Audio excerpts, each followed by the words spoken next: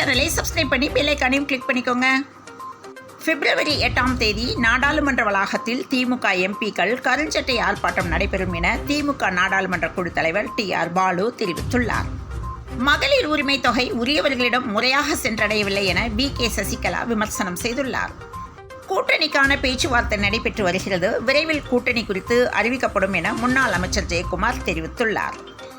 நாளை நடைபெறவுள்ள பட்டதாரி ஆசிரியர் தேர்வில் கட்டாய தமிழ் தேர்வில் இருந்து மொழி சிறுபான்மை விண்ணப்பதாரர்களுக்கு விளக்கமளிக்க மறுத்த சென்னை உயர்நீதிமன்றம் இதுகுறித்து தமிழக அரசுதான் முடிவெடுக்க வேண்டும் என தெரிவித்துள்ளது. நாடாளுமன்ற தேர்தல் தொகுதி பங்கீடு குறித்து திமுக இந்திய கம்யூனிஸ்ட் கட்சி இடையிலான முதல் கட்ட பேச்சுவார்த்தை திமுக தலைமை அலுவலகமான அண்ணா அறிவாலயத்தில் நடைபெற்று வருகிறது. டெல்லி குற்றப்பிரிவு காவலர்கள் முதலமைச்சர் அரவிந்த் கெஜ்ரிவாலுக்கு நோட்டீஸ் அளித்த சம்பவம் பெரும் பரபரப்பை ஏற்படுத்தியுள்ளது. அத்வானிக்கு பாரத ரத்னா விருது வழங்கப்பட்டிருப்பது மிகுந்த மகிழ்ச்சியை தருகிறது என L. முருகன் தெரிவித்துள்ளார்.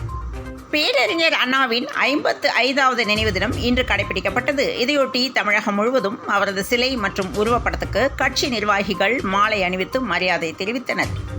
வரும் நாடாளுமன்ற தேர்தலில் யாருடன் கூட்டணி என்பது குறித்து வரும் 12ஆம் தேதி முடிவு செய்யப்படும் என தமாக தலைவர் GK வாசன் MP தெரிவித்துள்ளார். SETC பேருந்து டிக்கெட்டுகளை ஆன்லைன் மூலம் முன்பதிவு செய்வதை ஊக்குவிக்கும் முயற்சியாக தமிழக போக்குவரத்து துறை புதிய திட்டத்தை தொடங்கியுள்ளது. தமிழக கேரள அரசு பேருந்துகள் நேருக்கு நேர் மோதிக்கொண்டதில் விபத்து ஏற்பட்டுள்ளது. இதில் 10 பேர் படுகாயமடைந்தனர். மாநில சுயாட்சியை வென்றெடுக்கும் அரசு ஒன்றியத்தில் அமைய ஓய்வின்றி உழைப்போம் என முதலமைச்சர் MK ஸ்டாலின் தெரிவித்துள்ளார். தஞ்சாவூர் மாவட்டத்தில் விவசாயி ஒருவரின் விளைநிலத்தில் நடந்த அதிசய சம்பவம் அனைவரையும் வியக்க வைத்துள்ளது. நஷ்டப்பட்ட விவசாயிக்கு இயற்கை செய்த உதவியால் நடவு செய்யாத நிலத்தில் 50 மூட்டை அரிசி விளைந்துள்ளது. டெல்டா மாவட்டங்களில் சம்பா பயிர்களை பாதுகாக்க மேட்டூர் அணையிலிருந்து மாலை முதல் கூடுதல் நீர் திறக்கப்பட உள்ளது. ஏற்கனவே 600 கன அடி நீர் திறக்கப்படும் நிலையில் வினாடிக்கு 6000 கன அடி நீர் திறக்கப்பட உள்ளது. சென்னை மாநகர பேருந்து பயணிகளின் பாதுகாப்பை உறுதி செய்ய போக்குவரத்து கழகம் அறிவுறுத்தியுள்ளது. தமிழகத்தில் ஜாதிவாரி கணக்கெடுப்பு நடத்தாத திமுகவிற்கு சமூக நீதி குறித்து பேச தகுதியில்லை என பாமக தலைவர் அன்புமணி ராமதாஸ் தெரிவித்துள்ளார். ராம்சர் தலமாக அறிவிக்கப்பட்டது கரைவெட்டி பறவைகள் சரணாலயத்துக்கு மத்திய அரசு அங்கீகாரம் கிடைத்துள்ளது. சென்னை திருவான்மியூரில் காசா கிராண்ட் அலுவலகத்தை முற்றுகையிட்டு மக்கள் போராட்டம் நடத்தி வருகின்றனர். சென்னையில் அனைத்து அரசு பேருந்துகளிலும் தானியங்கி கதவுகள் பொருத்திட நடவடிக்கை எடுக்கப்பட்டு வருவதாக மாநகர போக்குவரத்து கழகம் தெரிவித்துள்ளது. தூத்துக்குடி விமான நிலையத்துக்கு டாக்டர் ப. சிவந்தி ஆதித்தனார் பெயரை சூட்ட வேண்டும் என அமைச்சர் அனிதா ராதாகிருஷ்ணன் வலியுறுத்தியுள்ளார். பேரறிஞர் அண்ணாவின் 55வது நினைவு தினம் இன்று கடைபிடிக்கப்படுகிறது. இதையொட்டி முன்னாள் முதலமைச்சர் O. பன்னீர்செல்வம் மெரினா கடற்கரையில் உள்ள அண்ணா நினைவிடத்தில் மலர் தூவி மரியாதை செலுத்தினார். அப்போது அண்ணா நினைவிடத்திற்கு வந்த சசிகலாவை அவர் சந்தித்தார். இருவரும் மரியாதை நிமித்தமாக பரஸ்பரம் சந்தித்துக் கொண்டனர். ஹைகோர்ட் உத்தரவுப்படி CMDA நிர்வாகம் ஆம்னி பேருந்து உரிமையாளர்களிடையே பேச்சுவார்த்தை தொடங்கியது.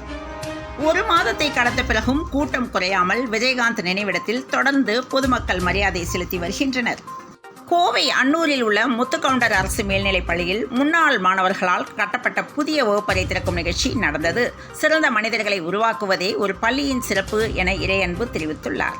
நடிகர் விஜய் நடத்தும் பிரம்மாண்ட மாநாடு திருச்சி அல்லது கடலூரில் நடைபெறவுள்ளது.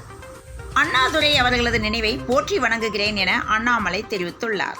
சிவகங்கை மாவட்டம் சிங்கனம்புரி அருகே மீன்பிடி திருவிழா நடைபெற்றது. குடும்பமாக கண்மாயில் இறங்கி கிராம மக்கள் போட்டி போட்டு மீன் பிடித்தனர்.